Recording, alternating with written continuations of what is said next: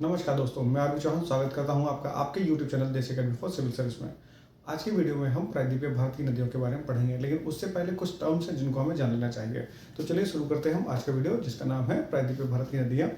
हमारा सबसे पहला टर्म है हिमालयी नदियाँ। हिमालयी नदियाँ किन नदियों को कहा जाता है? हिमालयी नदियाँ उन नदियों को कहा जाता है जिसका उद्गम हिमालय से होता है या हिमालय के क्षेत्र से होता है। इन नदियों की विशेषता होती है कि इन नदियों में वर्ष भर जल भरा रहता है। वर्ष भर क्या रहता है?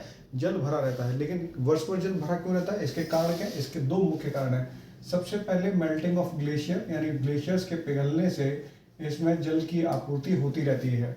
और दूसरा है रेन, यानी वर्षा का जल। बारिश की वजह से भी इनमें जल की आपूर्ति लगातार बनी रहती है। जब बारिश का मौसम आता है तो बारिश के जल के कारण है ना, इन नदियों में क्या होता है, बाढ़ की समस्या पैदा हो जाती है। कैसे पैदा हो जाती है? एक तो ग्लेशियर्स लगातार पिघल ही रहे, तो ग्लेशियर्स के पिघलने से नदियों में पानी की आपूर्ति लगातार हो रही है, यानी वाटर सप्लाई लगातार हो रही है। वहीं रेन टाइम में, बारिश के मौसम में क्या होता है, बारिश की वजह से नदियों में और ज़्यादा पानी की सप्लाई बढ़ जाती है, जिसकी वजह से बाढ़ की समस्या पैदा हो जाती है। बस इतना पूछा जाता है कि हिमालयी नदियों और पेनिनसुलर रिवर्स यानी प्रायद्वीपीय नदियों में अंतर क्या है कि ये हिमालय से उत्पत्ति होती है इनकी, और दूसरा इनमें वर्ष भर जल भरा रहता है। लगातार इनमें पानी की आपूर्ति होती रहती है। जैसे गंगा हो गया, यमुना हो गया, इंडस, सतलज, ब्रह्मपुत्र, ये नदियाँ हो गई, ये हिमालयी नदियाँ हैं। दूसरा हो गया प्रायद्वीपीय नदियाँ, यानी पेनिनसुलर रिवर। पेनिनसुलर रिवर, सबसे पहले प्रायद्वीप को जानते हैं। प्रायद्वीप क्या होता है? प्रायद्वीप क्या होता है? प्रायद्वीप एक ऐसा स्थलखंड होता है जो तीन ओर से किससे, जल से घिरा हुआ होता है। तीन ओर से जल से घिरा हुआ होता है और एक ओर से मुख्य भूमि से घिरा हुआ होता है। मुख्य भूमि से, ये लैंड है, लैंड है, मुख्य भूमि से घिरा होता है। ये तीन ओर से किससे, जल से घिरा होता है, और एक ओर से किससे, लैंड से घिरा होता है। जैसे हम भारत का मैप देखते हैं तो भारत का मैप ऐसी तरह से ना,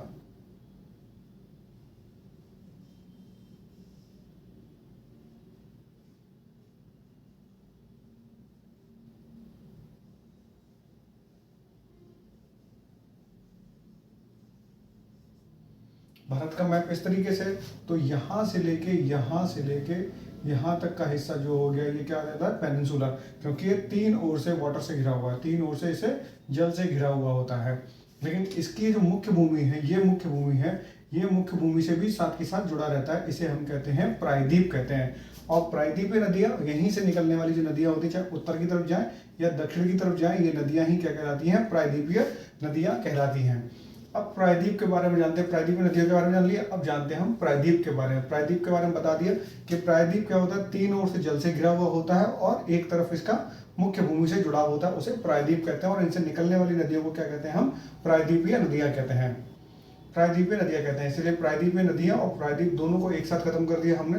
दूसरा होता है, और प्रायद्वीपीय नदियों की विशेषता क्या होती है, एक बात बताते हैं। प्रायद्वीपीय नदियों की विशेषता होती है कि यह मौसमी नदियां होती हैं। प्रायद्वीपीय नदियां जो होती हैं, मौसमी नदियां होती हैं, और इनमें जल का जो स्रोत होता है, जल मुख्यतः जल कहाँ से आता है, इनमें मुख्यतः जल जो आता है वो कहाँ से आता है, रेन से आता है।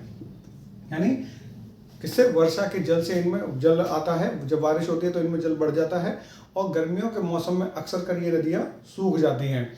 सर्दी के मौसम में क्या होता है कि इन नदियों का जलस्तर घट जाता है और यह कई सारी धाराओं में होकर बहने लगती हैं।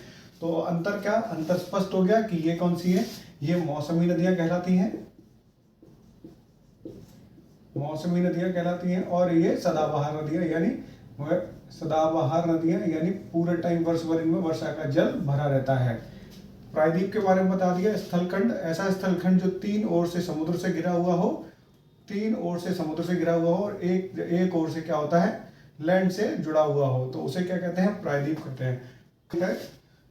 खाड़ी, खाड़ी किसे कहते हैं, खाड़ी एक, यह पेनिनसुला यानी प्रायद्वीप का जस्ट उल्टा होता है कि यह तीन ओर से तो किससे, स्थल से घिरा हुआ होता है और एक ओर से समुद्र से जुड़ा हुआ होता है। जैसे गुजरात का ये वाला हिस्सा है, यहाँ पर इसे क्या बोलते हैं, खंबात की खाड़ी बोलते हैं, खंबात की खाड़ी।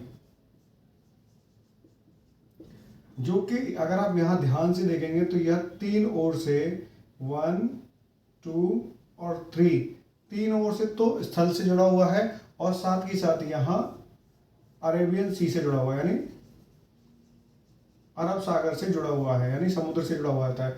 तो ऐसे स्थान को, ऐसी जलराशि को क्या कहते हैं? ऐसी जलराशि को खाड़ी कहते हैं। इंग्लिश में इसको बे और हिंदी इंग्लिश में इसको बे और गल्फ कहते हैं। दोनों में कोई अंतर नहीं होता। ये तीन ओर से स्थल से जुड़ी हुई घिरी हुई होती है और एक तरफ से ये सागर से जुड़ी हुई होती है। बस अंतर इनके साइज का होता है। अगर साइज बड़ा है तो उसे बे कहते हैं, जैसे bay of Bengal, bay of Bengal, और दूसरा उसे कहते हैं गल्फ होती है, उसे कहते हैं गल्फ ऑफ खंबात। खंबात की खाड़ी कहा जाता है। तो ये आपको खाड़ी, ये प्रायद्वीप, प्रायद्वीपीय नदियां, और हिमालय नदियों के बीच का अंतर समझ आ गया होगा। अब प्रायद्वीप की नदियों के बारे में पढ़ते हैं। प्रायद्वीपीय भारत की नदियों को दो भागों में विभाजित किया जा सकता है। सबसे पहले क्या होता है, प्रायद्वीपीय भारत की नदियों को अरब सागर में जल गिराने वाली नदियां, एक भाग तो ये हो जाता है कि अरब सागर में जल गिराने वाली नदियां, और दूसरा होता है बंगाल की खाड़ी में जल गिराने वाली नदियां। अब अरब सागर और बंगाल की खाड़ी का है ना लोकेशन आप देख लें। अगर आप देखें कि ये भारत का मैप है, तो भारत के मैप में पूर्व साइड पर ईस्टर्न साइड पर बंगाल की खाड़ी है। ये है बंगाल की खाड़ी, ठीक है। और इसके वेस्ट में जो है वह अरब सागर है, और यहीं पर सूरत के पास, यहाँ पर जो ये गुजरात है, वहाँ पर क्या है, खंबात की खाड़ी है। और इसके भारत के दक्षिण में हिंद महासागर है, और हिंद महासागर में यहाँ पर ये जो श्रीलंका है, श्रीलंका भारत से किससे, राम सेतु से जुड़ा हुआ है। और वहाँ पर उसके राम सेतु के उत्तर में क्या है, पाक जल संधि है, और दक्षिण में क्या है, मन्नार की खाड़ी है। याद रखिएगा कि राम सेतु के उत्तर में कौन सी है, पाक जल संधि, पाक स्ट्रेट है, और दक्षिण में गल्फ ऑफ मन्नार है, यानी मन्नार की खाड़ी है। तो ये अरब सागर, बंगाल की खाड़ी, खंबात की खाड़ी, मन्नार की खाड़ी, पाक जल संधि की लोकेशन हो गई। तो देखते हैं कहना कि अरब सागर में जल गिराने वाली कौन कौन सी नदियां हैं। तो सबसे पहले है साबरमती, माही, नर्मदा, तापी या ताप्ती, मांडवी, जुआरी, शरावती, गंगावेली, पेरियार और भरतपूजा। ये सारी नदियां जो है अरब सागर में जल गिराती हैं। और दूसरा है बंगाल की खाड़ी में जल गिराने वाली नदियां दामोदर, स्वर्णरेखा, वैतरणी, ब्राह्मणी, महानदी, गोदावरी, कृष्णा, कावेरी, पेन्नार, वेंगई और ताम्रपर्णी।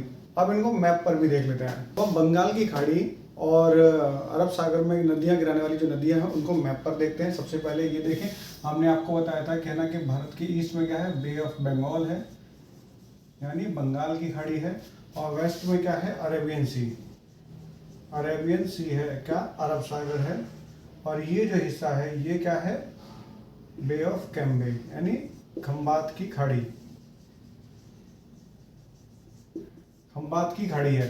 बंगाल की खाड़ी में जल गिराने वाली नदियां कौन कौन सी हैं, हुगली है, हुगली के अलावा दामोदर है। हमने आपको बताया था कि जो हुगली नदी है ये किसकी है, ये जब गंगा नदी पश्चिम बंगाल में प्रवेश करती है तो पश्चिम बंगाल में गंगा नदी दो भागों में विभाजित है। एक धारा उसकी जो है वह पद्मा नाम से बांग्लादेश में चली जाती है, दूसरी हुगली नाम से दक्षिण की ओर प्रवाहित होते हुए बंगाल की खाड़ी में मिल जाती है। दामोदर की सहायक नदी कौन सी, वो हुगली की सहायक नदी कौन सी है, दामोदर नदी है। उसके अलावा स्वर्णरेखा, वैतरणी, ब्राह्मणी, महानदी, गोदावरी, कृष्णा, कावेरी, वेंगई और ताम्रपर्णी नदियां जो हैं यह बंगाल की खाड़ी में अपना जल गिराती हैं। उसके अलावा अरब सागर में जल गिराने वाली नदियां कौन कौन सी हैं, लूनी, साबरमती, माही, नर्मदा, तापी, और कुछ छोटी छोटी नदियां हैं, मांडवी और ज्वारी, ये दोनों नदियां जो हैं गोवा में है। शरावती और गंगावेली जो है वह कर्नाटका में है, और पेरियार और भरतपूजा जो है वह कहाँ पर है, केरला में है, केरला में। ये नदियां कहाँ पर, अरब सागर में अपना जल गिराती हैं, जिसमें से ये चार नदियां, ये नर्मदा, तापी, माही, साबरमती, लूनी, और ये नदियां जो हैं वह खंबात की खाड़ी में अपना जल गिराती हैं। अब अगले वीडियो में हम इनमें से हर एक नदी के बारे में बारी बारी से पढ़ेंगे, कहना कि किस नदी कहाँ से उद्गम होता है, कहाँ गिरती है, उनसे रिलेटेड टॉपिक पूछेंगे, बताएंगे आप सब। तो चलिए, अगर आपको हमारा ये वीडियो पसंद आ रहा है तो इस वीडियो को लाइक करें, शेयर करें, सब्सक्राइब करें, कमेंट करें, और अगर आपको इस वीडियो से रिलेटेड कोई भी डाउट है, कोई क्वेरी है, तो डिस्क्रिप्शन में दिए गए नंबर पर आप कॉल करके अपनी क्वेरी पूछ सकते हैं। तो चलिए, मिलते हैं आपसे अगली वीडियो में, तब तक के लिए नमस्कार।